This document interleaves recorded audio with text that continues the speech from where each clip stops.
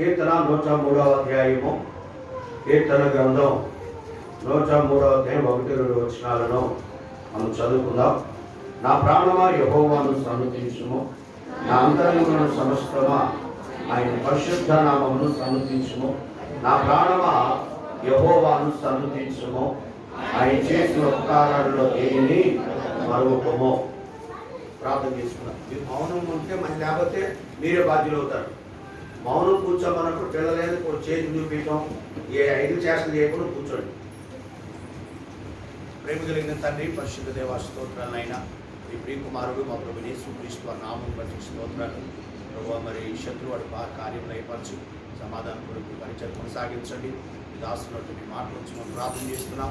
నేను చెవి గ్రహించుకున్న మనసులో కూడా హృదయం అనిపించు చేస్తున్నాము ప్రార్థించి వేడుకుంటున్నాం తండ్రి.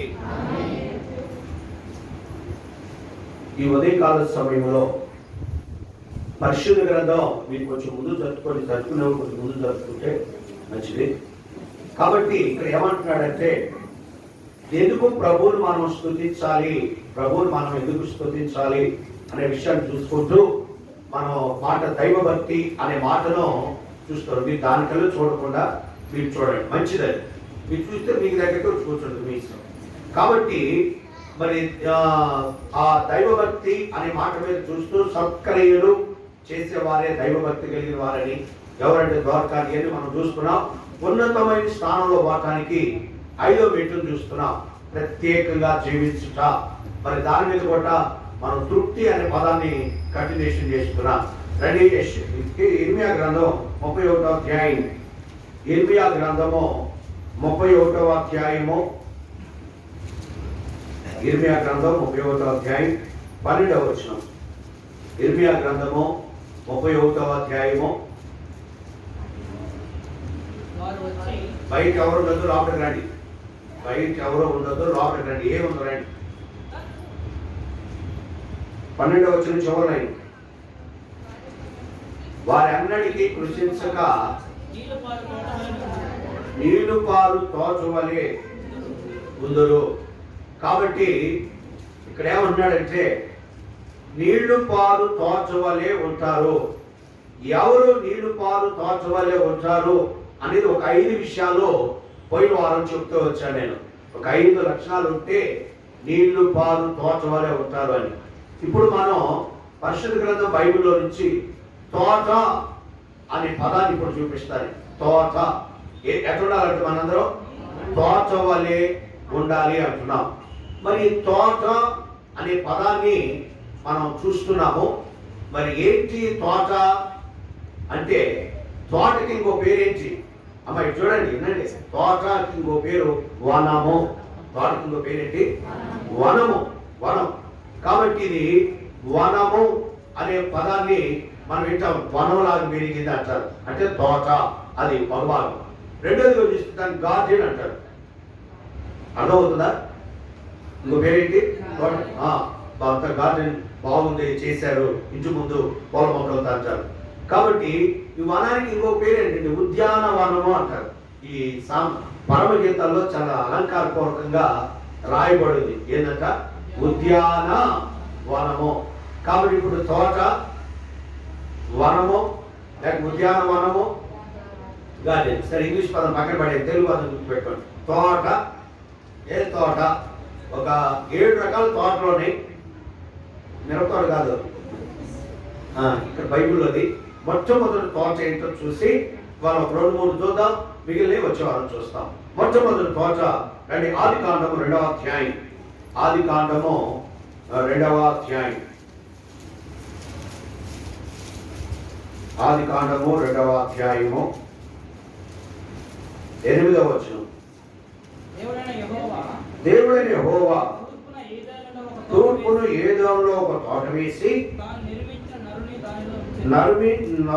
నిర్మించిన నరుని దానిలో ఉంచెను. కాబట్టి ఇప్పుడు ఈ తోట పేరు ఏం పేరు? దేవుని తోట. ఏ తోట అండి ఇది? చూడండి, అక్కడ ఏమో రాయబడారు. తూర్పును ఏదోములో ఒక తోట వేసి. దేవుడు మానవుడిని సృష్టించాడు. మానవుడిని సృష్టించిన తర్వాత వారికి ఒక కోసం ఏం చేశాడు? ఒక తోటను సిద్ధపరిచాడు. కాబట్టి ఒక వనాన్ని సిద్ధపరిచాడు. ఈ తోట పేరు ఏం పేరంటే, అయ్యా దేవుని తోట అని మీరు ఎట్లా అనగలుగుతారో అంటే యెహెజ్కేలు గ్రంథంలో కూడా చూపిస్తాను. ముందు ఈ పేరు మాత్రం దేవుని తోట. ఏంటంట? దేవుని తోట. కాబట్టి దేవుని తోట అనే పదాన్ని మనం మరి చూపిస్తాం మీకు.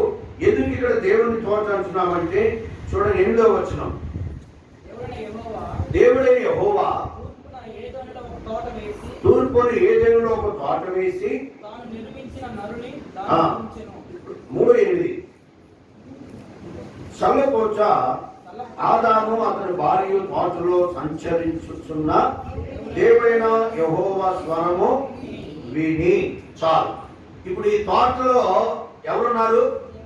ఎవరు సంచరిస్తున్నారు? దేవుడు సంచరించుచున్న తోట, దేవుని స్వరము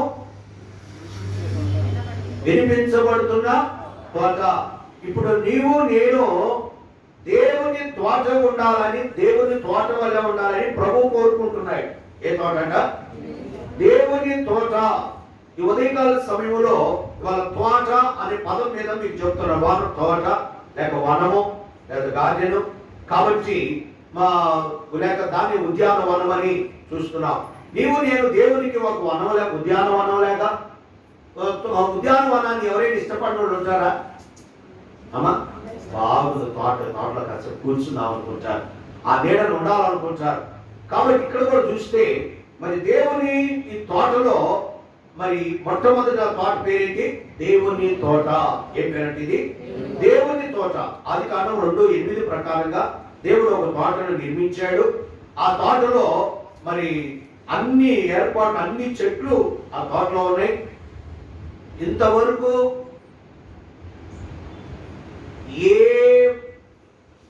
ఎక్కలేని చెట్లు కూడా అన్ని రకాల చెట్లు ఆ తోటలో ఉన్నాయి. ఏ తోటలో? దేవుని ఏదైనా తోటలో. కాబట్టి ఇప్పుడు ఈ పేరు ఏ తోట అంటే దేవుని తోట. నీవు నేను ఎవరిలా ఉండాలని కోరుకుంటాడు దేవుడు? దేవుని తోటలా ఉండాలి. మనం ఎట్లా ఉండాలా? దేవుని ఉద్దేశం మంచిదా కాదా? మంచిది. దేవుని తోటలా ఉండాలి. దేవుని తోటని ఎందుకు అంటున్నావు అంటే దేవుడు ఆ తోటలో ఏమవుతున్నాడు? సంచరిస్తున్నాడు. ఏమవుతున్నాడు? సంచరిస్తున్నాడు. సంచరిస్తున్నట్టు రుజువు ఏంటి?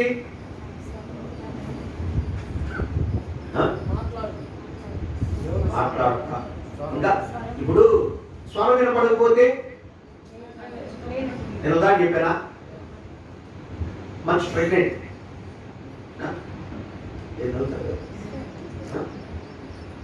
రుజువు ఏంటి? ప్రెగ్నెంట్ చెప్పారు. పట్టలు చెప్పి కాదా? నేనంతా పట్టలో తక్కువ చెప్పాను. ఏందమ్మా నీకు ఎట్టుంది? కదులుతుంది, సంచరిస్తా ఉంది. ఒక పక్క ఉంటుందా, తిరుగుతుంటుందా? ఎక్స్పీరియన్స్ ఇలాంటి అడుగు ఏం చదువుతాడు. కాబట్టి కదులుతుంది. కదులుతే ఉన్నట్టు, కదలకపోతే ఒకరు ఉన్నా లేనట్టే. కాసేపు కూర్చోలేదు కానీ కదలకపోతే, అసలు కదలకపోతే ఏమైనట్టు? లోపల ఉన్న బిడ్డ ఏమైందంట? కదులుతుందా? కదలట్లేదు. టెస్ట్ చేస్తారు. కదలట్లేదు. Right right. కాబట్టి ఉన్నా లేనట్టే. కాబట్టి ఉన్నట్టు రుజువు ఏంటంటే కొన్నిసార్లు మనం కూడా అంతేగా, ఈసారి కూడా లేదు, కదులుతుంది. ఏమంటారు? ఏదైనా పని చదువుతున్నాం అంటే సైన్స్ ప్రకారంగా కదలికలు ఆటోమేటిక్గా ఆ తల్లికి అర్థమైంది. కాబట్టి అవి డాక్టర్ కూడా అర్థమైంది. కాబట్టి ఇక్కడ కూడా చూస్తే మనలో దేవుడు ఉన్నట్టు, సంచరిస్తున్నట్టు, ఆ తోటలో దేవుడు సంచరిస్తున్నట్టు కదలికలు. నీలో కూడా దేవుడు ఉన్నట్టు ఏం కావాలి? నీలో కదలికలు కనబడాలి. నీలో కదలికలు లేకపోతే నీలో దేవుడు లేనట్టు. ఏం కదలికలు? దేవుని కదలికలు ఎలా ఉంటాయి? ఒకటి ప్రేమ. నీలో ప్రేమ ఉందనుకోండి, ఎవరున్నట్టు? దేవుడు ఉన్నాడు వాళ్ళలో. ఒకవేళ నీకు ఎప్పుడు చూసినా అవయస్వాయి లేచినట్టు తగాదులు గందరగోళం ఉన్నావు అనుకో, నీలో దేవుడు లేడు అని అర్థం. నీవేం చూడాల్సిన పని లేదు. దేవుడు సంచరిస్తే ఒక కదలిక ఏంటంటే మనలో ప్రేమ ఉంటుంది. ఆ ప్రేమ చూసి నిజంగా వీరిలో దేవుడు లేక ఓర్పు. ఏమన్నారంట? ఓర్పు. ఓర్పు ఉన్నా కూడా ఏమంటారు? నిజంగా వీళ్ళు ఎవరున్నారు? దేవుడు ఉన్నాడయ్యా. నిజంగా ఎంత ఓర్పు అండి ఆ తల్లికి, ఎంత ఓర్పు అండి, ఎంత సహిస్తుందండి. నిజమే, ఆ ఓర్పును బట్టి కూడా దేవుడు మనలో ఉన్నాడు. ఉదాహరణ, స్టెఫన్ని రాళ్ళు తీసుకొని కొట్టాడు. కొడతామంటే ఏం చేశాడు? మోకాళ్ళ మీదకి వచ్చి, తండ్రి ఈ పాపము వారి మీద మోపబాకయ్యా అన్నాడు. అంటే ఏం చేశాడు? మోపబాకు అన్నాడు. అంటే ఎందుకన్నాడు? ఎందుకన్నాడు? ఓర్పు. ఎవరిది ఓర్పు? ఇప్పుడు ఆయనలో ఎవరున్నట్టు? యేసు ప్రభు ఏమన్నాడు? తండ్రి వీరేం చేయించున్నారో వీరు ఎరగరు, వీరిని క్షమించుమో. ఉదయకాల సమయంలో మరి ఆ మాట మన జీవితంలో మరి కనపడకపోతే యేసే మనలో సంచరించినట్టు కాదు. కాబట్టి మొట్టమొదటిగా ఎక్కువ చెప్తే టైం అవుతుంది కనుక, దేవుడు మనలో ఉన్నాడా లేదనేది ప్రేమ. రెండోది ఓర్పు. నిజంగా కొన్నిసార్లు అంటారు, ఆ తల్లి కాబట్టి ఓర్చుకుంటుందంటే ఆ భర్త దుర్మార్గుడు అండి. అతడు మనిషి కాదండి, ఒక పశువు అండి. నిజంగా పశువు దగ్గర, ఆ మృగం దగ్గర 11 ఆడవాళ్ళు అంటారు. ఏమంటారు తెలుసా? అక్క నువ్వు కాబట్టి ఆ కుటుంబంలో ఆయన దగ్గర ఉన్నా, కానీ నేనైతే రెండో రోజే అని లేరా? ఆడు మనిషి చెప్తారు. అంత దుర్మార్గుడు అంత. నిజమే, నువ్వు ఎంత ఓర్పు పుత్రాలు, నాకైతే ఆ ఓర్పు లేదు అని చెప్పేవాళ్ళు ఉంటారు. నిజమే. కాబట్టి ఓర్పు, ఎందుకంత ఓర్పు ఉందంటే అంటుంది, నాలో నేను యేసు ప్రభు నమ్ముకున్నాను. నేను యేసు ప్రభు ఉదాహరణ చెప్తాను మీకు. భర్త తాగి రోజు చిత్రహింసలు కొట్టేవాడు, ఎంత శోధించేవాడు. అయినా పాపం 2 పిల్లలు వాళ్ళకి. అయితే ఆమె నరకం చూపిస్తున్నాడు. కనీసం తల్లిదండ్రులు కూడా ఏమనేవాడు అంటే, అమ్మ ఈ దుర్మార్గుడు, అమ్మ ఈడు కన్న తల్లిదండ్రులు అతన్ని తిడుతున్నారు. ఎవరిని? కొడుకుని తిడుతున్నారు.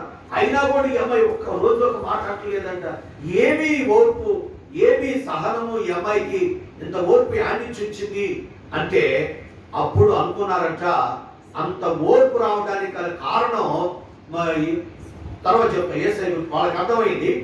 తర్వాత ఒక రోజు ఏం జరిగిందంటే, ఈ భర్త ఎప్పుడు చేసినా ఇంటికి వస్తే చిత్రహింసలు పెడుతుండేవాడు. అయినా కూడా అమ్మ ప్రార్థన చేసింది ఓర్పుతో.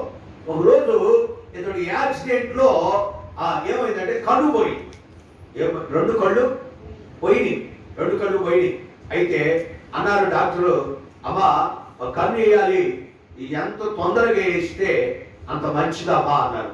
అయితే ఈ ఎక్కడ చూసి ఎవరు కన్ను వేయడానికి ముందుకు వస్తారు? భార్య అంది, నా కన్ను తీయండి సార్. ఎవరి కోసం? తన భర్త కోసం కన్ను తీయమా. ఎవరు మంచోడా? మనమైతే ఎవరి కోసం వెళ్తాం? మంచోళ్ళ కోసం వెళ్తాం, కానీ దుర్మార్గుల కోసం ఎవడు? సావని దరిద్ర కనుపోయింది, పేడ వదిలిపోతాడు అనుకున్నాం. అయితే అది ఆ సంగతి వాడికి తెలియ. తర్వాత కోలుకున్న బయటకు వచ్చాడు. ఆమె అక్కడ నుండి పరామర్శ చేసింది, అతనికి అన్నీ చేసింది. తర్వాత ఏ రోజు అయితే ప్రేమించేవాడు కాదు, కానీ ఆమె ప్రేమతో అంతా చూసుకుని వచ్చిన తర్వాత హాస్పిటల్ నుంచి తర్వాత కోలుకున్నాడు. మళ్ళీ తాగుడాలను పోయి చిత్రహింసలు పెడతా ఉంటే ఒకసారి కొడుకు అడ్డం వచ్చాడు. పిల్లోడు రాదు, ఏంది నీ కళ్ళు పోయి 2 కళ్ళు, ఆ కన్నే నువ్వు చూస్తున్నావు అంటే కారణం ఎవడు? డబ్బులు కాదు, ఆ కన్ను ఇచ్చింది ఈమెకి మామూలు కళ్ళు పెట్టుకుంది, కానీ ఇది వాడికి తెలియట్లా. తర్వాత చూస్తే ఆ కన్ను నా కన్ను తీశాను.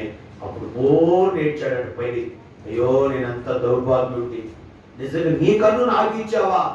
నిజంగా నేను ఇంత చిత్రహింసలు పెడితే ఏంటంటే ఇది ప్రేమ, దేవుని యొక్క ఓర్పు.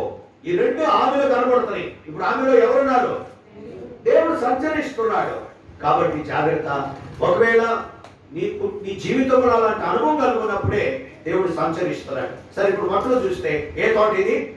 దేవుని తోట. దేవుని తోట అయిన రుజువేంటి? దేవుడు ఆ తోటలో సంచరించాలి. ఇప్పుడు మనలో కూడా ఎవరు ఉండాలి? కదలికలు కనపడాలి. కోరుకున్నాడు అంటే కుదరదు. ఉంటే ఏమంటారు? ఉంటే ఎందుకు కదలదమ్మా అన్నారు. ఇప్పుడు నీలో కూడా కదలికలు కనపడాలి మొదలు. రెండోది దేవుని స్వరం నీలో నుంచి ఏమొస్తుండాలి? దేవుని మాటలే రావాలి, కానీ సైతాన్ మాటలు రాకూడదు. దేవుని మాటలే రావాలి, కానీ బూతులు రాకూడదు. నీకు ఇంకా బూతులు వస్తున్నాయి అంటే నువ్వు దేవుడిలో ఉన్నట్టు కాదనమాట. ఇది మొట్టమొదటి మాటగా చూస్తే ఇది మొదటిది. ఇది రుజువుగా ఇంకా చెప్పాలంటే దీంట్లో ఏ వృక్షాలు ప్రాముఖ్యమైనవి? మంచి చెడు వృక్షం ఉంది, తర్వాత జీవ వృక్షం ఉంది. మంచి చెడు వృక్షం దేనికోసం పెట్టాడు? ఆ పండ్లు దాంట్లో మా పేరు ఏది? మంచి చెడు తెలివినిచ్చే పండ్లు. ఆ పండ్లు ఏ పండ్లు అంట? తెలివినిచ్చే పండ్లు. అవి అక్కడ పెట్టాడు. అంటే ఆ తోటలో రెండో జీవ వృక్షం ఉంది. అంటే ఆ పండ్లు తింటే ఏమవుతారు? వాడు నిత్యము జీవిస్తారు. అంటే నిత్యము జీవించే వారుగా ఉండాలని దేవుడి యొక్క సంకల్పం. ఇప్పుడు దాంట్లో జ్ఞానం ఉంది, అక్కడే జీవము కూడా ఉంది. జీవం ఉంది, జ్ఞానం ఉంది. తర్వాత చూస్తే దేవుణ్ణి సంచరిస్తున్నాడు. తర్వాత దేవుని స్వరం వినిపించబడుతుంది. టోటల్ గా దీనికి ఏ పేరు? యెహెజ్కేలు గ్రంథము యెహెజ్కేలు గ్రంథము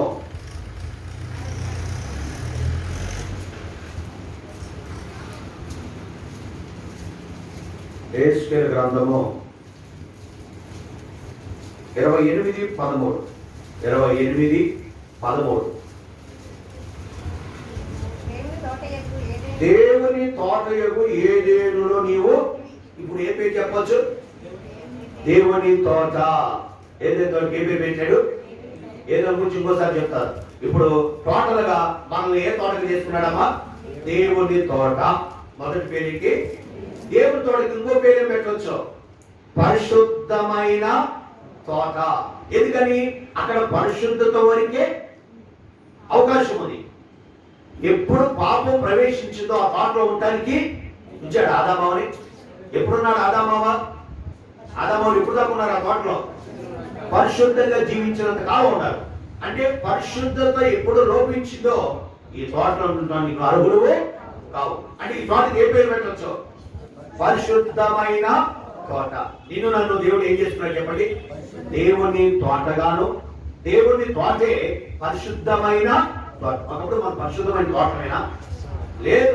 కొంత అరే ఆ తోట కలిపి ఆ తోటలో విషం అంటే ఏ గాల్లో వస్తున్నాయంటే ఆ చెట్లు, విషం చెట్లు, ఆ వాసన పీల్చుకున్నావంటే, ఆ చెట్ల కూర్చున్నావంటే నువ్వు పడిపోతావు. అది మంచి చెట్లు కాదు. ఒకప్పుడు మనం కూడా అలాంటి తోటలము. ఇప్పుడైతే పరిశుద్ధమైన తోటగా, దేవుని తోటగా దేవుడు మనల్ని చేశాడు. అందుకని ప్రభు ఏం చేయాలి? మనం ఆరాధించాలి. కాబట్టి అయ్యా ఒకప్పుడు దేవుని తోటగా లేనయ్యా, ఒకప్పుడు నేను అపవిత్రమైన తోటగా ఉన్నానయ్యా, ఇప్పుడైతే నన్ను పరిశుద్ధమైన తోటగా చేసావయ్యా, అందులో బట్టి నేను నిన్ను ఆరాధిస్తున్నాను. కాబట్టి ఇది అయ్యా దేవుడు ఉన్నట్టు రుజువు ఏంటంటే ప్రేమ, ఓర్పు చెప్పాను. సైతాను ఉన్నట్టు రుజువు ఏంటంటే కోపాలు, తగాదులు, ద్వేషాలు, కక్షలు. కాబట్టి మరి ఉద్రేకాలు ఇవన్నీ సాతాను యొక్క లక్షణాలు. ఇది మొట్టమొదటి. రెండవ తోట ఆమోసు గ్రంథం 9వ అధ్యాయం. ఆమోసు గ్రంథము 9వ అధ్యాయం 14వ వచనం. ఆమోసు గ్రంథము 9వ అధ్యాయం 14. మరియు శ్రమనందుచున్న నా జనులను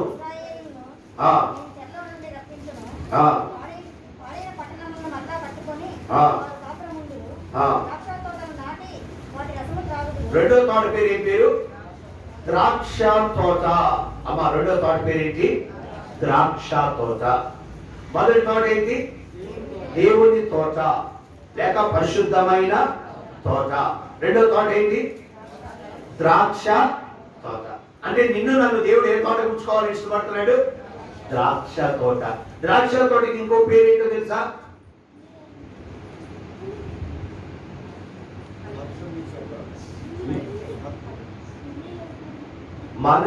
దేవుణ్ణి న్యాయాధిపతుల గ్రంథంలో చూస్తే 9వ అధ్యాయంలో కొన్ని వృక్షాలన్నీ వచ్చినాయంట.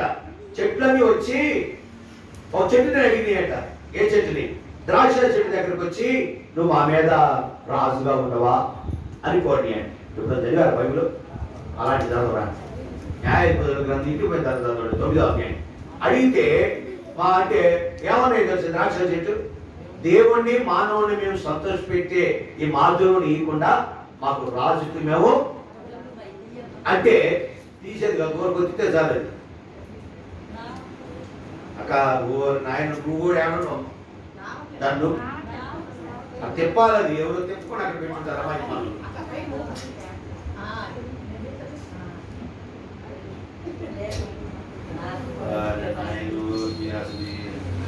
అమెరికాలో తీసుకొచ్చిన వస్తువులు అవుతుంది కదా, విజయాలో ఉన్నట్టు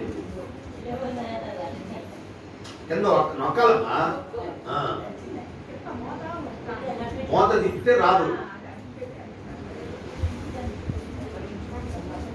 అందరూ పట్టుకోండి కాసేపు, ఎందుకు కూర్చున్నారు అయిపోయిందిగా.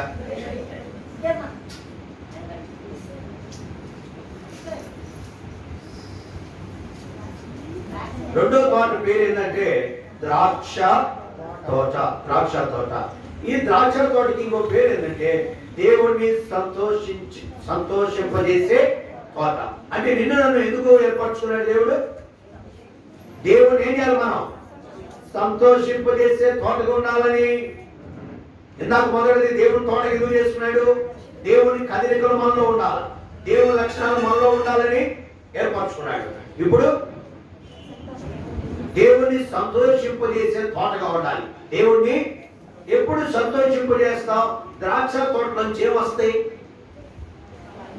ఫలాలు. ఆ ఫలాల నుంచి ఏమవుతాయి? ద్రాక్ష ఫలాలు, ద్రాక్ష కాయలు వస్తాయి కదా. అవి దేనికి ఉపయోగపడతాయి?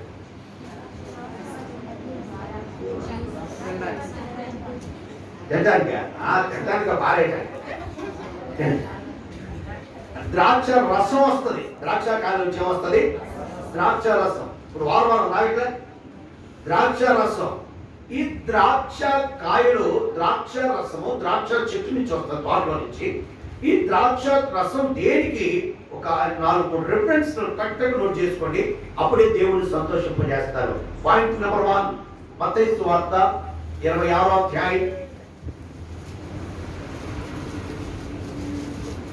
28. ఇది నా రక్తము, పాప క్షమాపణ నిమిత్తమును. చాలు. ఇప్పుడు చెప్పండి, ఈ రక్తం దేనికి సాదృశ్యం? ద్రాక్ష రసానికి సాదృశ్యం. ఇప్పుడు ద్రాక్ష రసము అంటే ఆయన రక్తానికి సాదృశ్యం. దేనికి ఉపయోగపడుతుంది? పాప క్షమాపణ. ఏదంట? పాప క్షమాపణ. ఇప్పుడు దేవుడు ఎప్పుడు సంతోషింపు చేస్తావు? సంతోషింపు చేసే తోట ఉంటావు.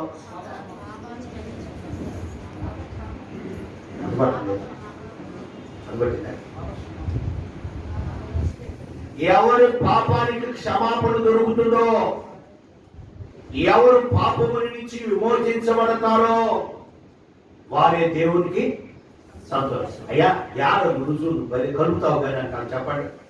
ఏడన్నా ఉందా? లేదా? ఏడుంది? ఉందన్నాం కానీ ఏడుందా? నాటి ఏదో ఉందనకపోతే ముట్టేనిగా తీసేది. నువ్వు అడుగుతున్నావు అంటే ఉందని అదనం నేర్చుకున్నావు కాబట్టి ఉంది, రైట్ అనుకోని నేర్చుకున్నాను. లోకా సువార్త తీయదులే కానీ 15వ అధ్యాయంలో ఒక పాపి మారు మనసు పొందితే పరలోకము దేవుడికి చదువుకొని కావాలంటే లోకా సువార్త 15:7 చదవండి. లేదంటే ఉందో లేదు మీకు.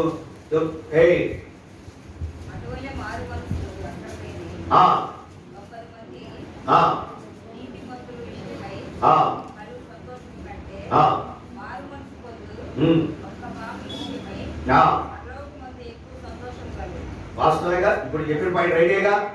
అంటే నువ్వు ఇంకా పాప క్షమాపణ పొందకపోతే, నీ పాపములను విమోచించబడకపోతే దేవుడికి ఏం లేదు? సంతోషము లేదు. ఇప్పుడు దేవుడు ఎప్పుడు సంతోషం చేస్తారు? నీ పాపానికి క్షమాపణ. కాబట్టి ఇప్పుడు పాపానికి క్షమాపణ ఏ ద్వారా వచ్చింది? యేసుక్రీస్తు రక్తం. ఇప్పుడు ద్రాక్షరసం ఎందుకు తీసుకుంటాం? మా పాపానికి క్షమాపణకి గుర్తుగా. ఎంత దళితండి ఇది మొట్టమొదటిది. అప్పుడే దేవుడిని సంతోషం చేస్తారు. రెండోది లోకా సువార్త 10వ అధ్యాయం 34. లోకా సువార్త 10:34. 10:34. అతను చూచి అతని మీద జారిపడి దగ్గరకు పోయి నూనెయు ద్రాక్ష రసమును పోసి అతని గాయములను కట్టి చాలు. ఏంటంటే ద్రాక్షరసం దేనికి ఉపయోగపడేది? గాయాలు మాన్పింది. అంటే ఎప్పుడు దేవుడి సంతోషం? అసలు గాయాలు ఎందుకని? పాపమును బట్టి బైబిల్ అరికాలు మొదలుకొని నడినెత్తు వరకు ఎక్కడ చూసినా గాయాలు పంచిపోట్లు. ఎందుకు వచ్చింది?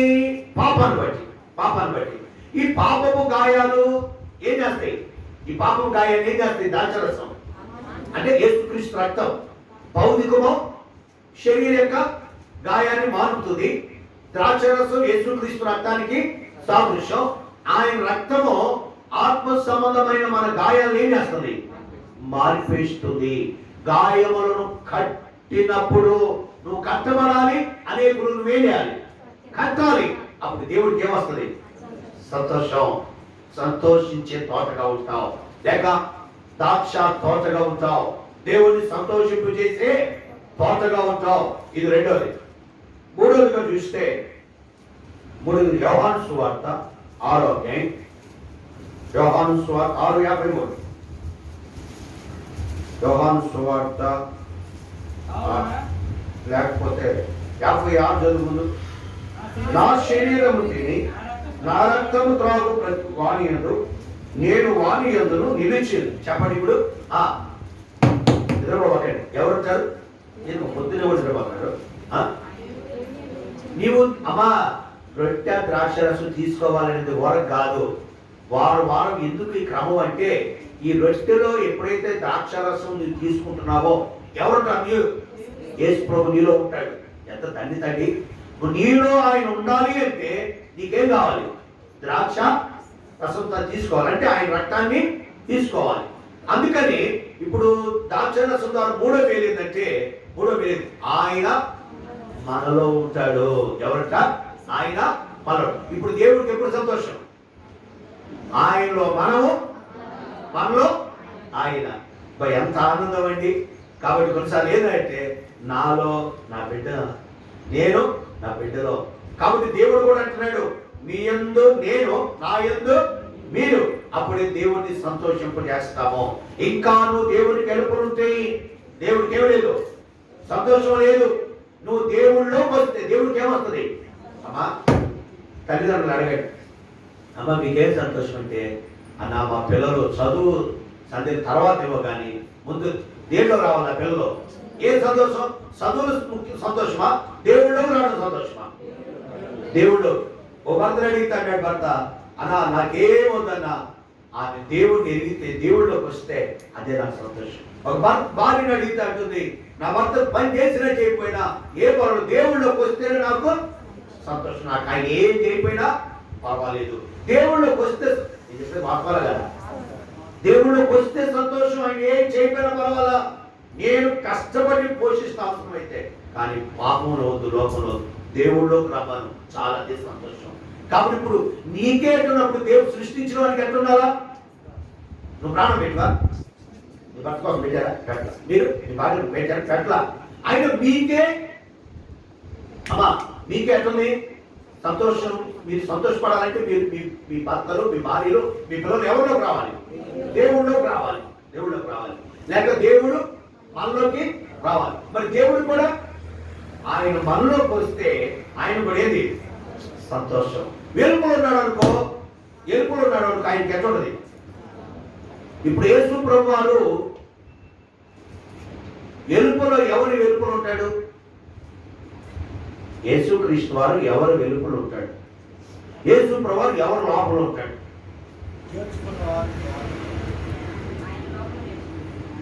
చేర్చుకోవటం పరిశుద్ధం ఉండదు.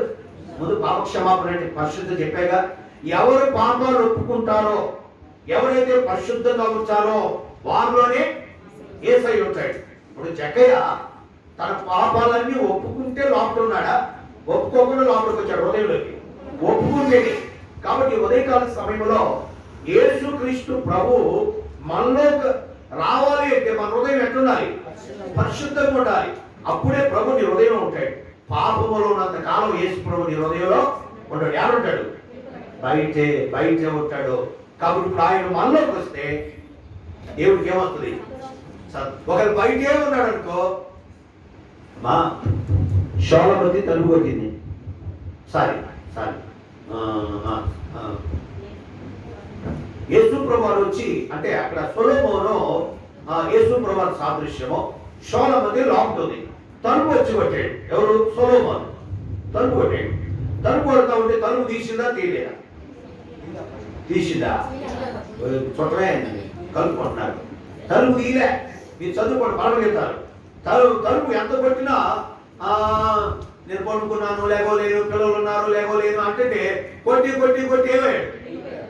వెళ్ళిపోయాడు. బాధతో పోయాడా? దరిద్రం వదిలిపోయిందని పోయాడా? బాధతో. అయ్యో ఎంతసేపు మంచుకు నా తల తడిస్తా ఉంది, చలికి మంచు పడుతుందంటే చలి ఉన్నాడుగా, చలి కొలుగుతా ఉన్నాడు. తలుపుది ఎంత కొట్టినా నేను అంత తొందరగా తలుపు తీసేదాన్ని కాదు అని తలుపు తీయడా. కాబట్టి ఏమయ్యాడు? వెళ్ళిపోయాడు. కాబట్టి బాధతో పోయాడా? సంతోషం పోయాడా? బాధతో పోయాడు. ఇప్పుడు దేవుడు కూడా, ఇప్పుడు ఆ సొలొమోను ఎవరు? ప్రభు అయిన యేసుక్రీస్తు వారి సాదృశ్యం. ఆ షోలము ఎవరు? నువ్వు, దేవుడు, మనం. కొంచెం జాగ్రత్తగా అర్థం చేసుకుని కొంచెం ఈజీగా లేవు కానీ కొంచెం అర్థం. ఇప్పుడు ఆయన మనలోకి వస్తే, ఇప్పుడు ఈ సొలొమోను కూడా ఇంట్లోకి వస్తే ఏమయ్యేవాడు? సంతోషించేవాడు. బయట తిరుగుతా ఉంటే సంతోషం ఏడుతుంది. కాబట్టి అయితే యేసై కూడా బయట ఉంటే సంతోషం ఉండదు. మీలోకి ఎవరైతే యేసై మీరు ఉదయంలో లేడో, యేసైకి ఏముండదు ఇంకా. అంటే మీరు ఇంకా రక్షణ పొందకపోతే, పాపక్షమాపణ పొందకపోతే యేసై ఆడున్నట్టు, బయటే ఉన్నట్టు. మీరు బయట ఉంటే ఆయన సంతోషం లేదు. మీరు పాపాలు ఒప్పుకొని ఆయన రక్తంలో కడుక్కొని రక్షణ పొందారు అనుకోండి, మళ్ళీ వేసిపోయి ఆడొస్తాడు, మనలోకి వస్తాడు. అప్పుడు ఎట్లుంటాం? ఆయన సంతోషం, మనకి సంతోషం. ఇప్పుడు ఏం చేశారు? మైండ్ అసలు అయినా లేదు. కాబట్టి 3 తర్వాత 4 చూడండి. యోహాను సువార్త 4వ అధ్యాయం 3వ అధ్యాయం 6వ అధ్యాయం ఇందాక దగ్గర యోహాను సువార్త 6వ అధ్యాయం 53. కావున యేసెట్లను మీరు మనుష్య కుమారుని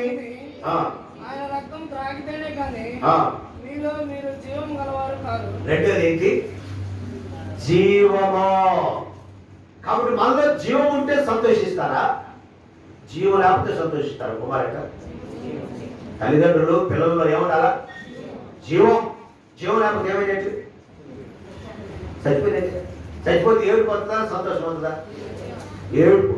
ఇప్పుడు యేసు ప్రభు కూడా ఎప్పుడు సంతోషం? నీలో ఏం రావాలి? జీవం. ఆ జీవమే ప్రభు అయిన యేసుక్రీస్తు వారు. కాబట్టి ఇప్పుడు నీలో జీవం. కాబట్టి ఎప్పుడైతే యేసుక్రీస్తు యొక్క రక్తాన్ని దాల్చాల్సిన నువ్వు తీసుకుంటున్నావో నీలోకి ఏమొస్తుంది? జీవం. ఎంత తండ్రి. అప్పుడు దేవుడు ఏమవుతాడు? సంతోషిస్తాడు. నా బిడ్డలు జీవం కలిగి ఉన్నారు, నా భార్య జీవం కలిగి, నా భర్త జీవం కలిగి ఉన్నాడు అని సంతోషించినట్టు దేవుడు కూడా అప్పుడు సంతోషిస్తాడు. అదే సంతోషించే తోచ. ఇప్పుడు ఏం చూసాం? 5వ దాంట్లో యోహాను సువార్త 6వ అధ్యాయం 51వ వచనం.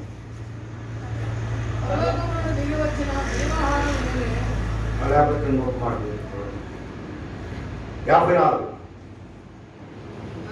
నా శరీరం తిని నా రక్తం త్రాగువాడే నిత్య జీవం గలవాడు, అంత్యజన్మను వాడిని నేను లేపుదును. నువ్వు రొట్టె ద్రాక్షారసం తీసుకుంటేనే రేపేవద్దు, లేపబడతావు. లేకపోతే అంతే. సమాధిలో ఉంటే సమాధిలోనే ఉంటావు, భూమి మీద ఉంటే భూమి మీదే ఉంటావు. అందుకని రొట్టె ద్రాక్షారసం ప్రాముఖ్యమైనది అనేది. కాబట్టి నువ్వు లేపబడతావు ఒక దినం. అంటే ఏమైందో పునరుద్ధానుడై లేపగలుగుతావు. లేకపోతే ఇక్కడే ఉంటావు. ఒకరు చచ్చిపోయిన సమాధిలో ఉంటావు, ఒకరు భూమి మీద ఉంటే ఎత్తబడవు. అందుకని చాలా ప్రాముఖ్యమైంది.